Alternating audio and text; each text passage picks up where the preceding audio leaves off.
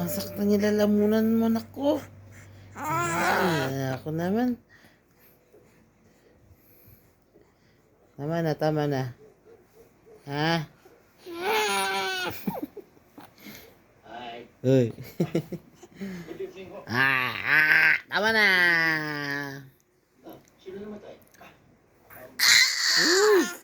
Tama na, nakasakti lalamunan mo. Nasagasaan ng trade. Pupunta ako mamaya makikipaglamay. Maupo ka. Salamat ho.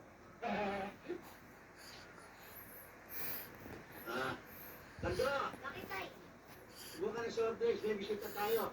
Okay.